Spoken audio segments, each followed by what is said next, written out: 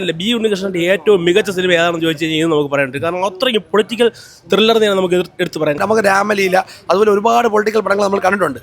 അത് വെച്ച് നോക്കുമ്പോൾ നമുക്കൊരു ഹൈ ഫീൽ കിട്ടുന്നില്ല. ഉണ്ണികൃഷ്ണന്റെ കമ്പാക്ക് അങ്ങനെയാണ് പറയുന്നത്. ബി ഉണ്ണികൃഷ്ണന്റെ കമ്പാക്ക് അത്ര മികച്ചൊരു സിനിമ ഞാൻ വിചാരിച്ചില്ല. പുള്ളിക്ക് ഇങ്ങനൊരു ഇത്രയും മികച്ചൊരു സിനിമ ഉണ്ടാക്കാൻ പറ്റും. ഞാൻ വിചാരിച്ചത് ഗ്രാൻഡ് മാസ്റ്ററാണ് പുള്ളിയുടെ ഏറ്റവും മികച്ച സിനിമ എന്ന്. പക്ഷേ അതിനേക്കാളും ഒരു പടിയല്ല പല പടി മുമ്പിലാണ് ഈ സിനിമ. ഉക്രീന എന്താണോ അതുപോലെ ഒരു ഡ്രാമ തന്നെ, കുറച്ച് അണ്ടർവേൾഡ് സംഭവം അതൊക്കെ കുറച്ചും കൂടെ അതിൽ മിക്സ് ചെയ്തിട്ട് ഒരു നോർമൽ ഒരു ആവറേജ് ലെവലിൽ കൊടുത്തിട്ടുള്ളൂ.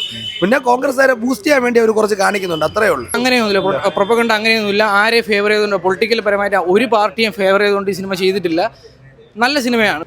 ഒരു കാലഘട്ടത്തിൽ നമ്മുടെ കേരളം ഭരിച്ചിരുന്ന വ്യക്തികളെയൊക്കെ ഇത് കാണിക്കുന്നുണ്ട്, അവരുടെ കുടുംബാന്തരീക്ഷത്തെക്കുറിച്ച് കാണിക്കുന്നുണ്ട്. പക്ഷെ അതിനുപരി ഇതാരെങ്കിലും പ്രത്യേകിച്ച് വാഴ്ത്തിപ്പാടാനോ അല്ലെങ്കിൽ ഇകഴ്ത്തിയെടുക്കാനോ ഉള്ളതൊന്നല്ല. സിനിമയിലെങ്കിലും അങ്ങനെ ഒരു പുള്ളിക്കൊരു ഗ്ലോറിഫിക്കേഷൻ ഇല്ലെങ്കിൽ അത് ആ ഒരു സാധനം കൊടുത്തതിൽ വളരെ നന്ദിയുണ്ട്. കുഴപ്പമില്ല, വലിയ തിരക്കിടില്ലാത്തൊരു പടം, അത്ര കേമൊന്നും അല്ല. കുഴപ്പമില്ല. പക്ഷേ ഇതൊരു ഭയങ്കര ഒരു അതിഭീകര ഒരു സിനിമയായിട്ടല്ല, ഒരു വാച്ചബിൾ, ഓൺ ടൈം വാച്ചബിൾ എന്നുള്ള രീതിയിൽ മാത്രമേ ഞാൻ കേരളം കത്തിക്കാൻ വന്നത് മണ്ണെണ്ണ ഒഴിച്ച് അല്ല വെള്ളം ഒഴിച്ച് നശിപ്പിച്ചതുപോലെയാണ് ഫീൽ ചെയ്തത്.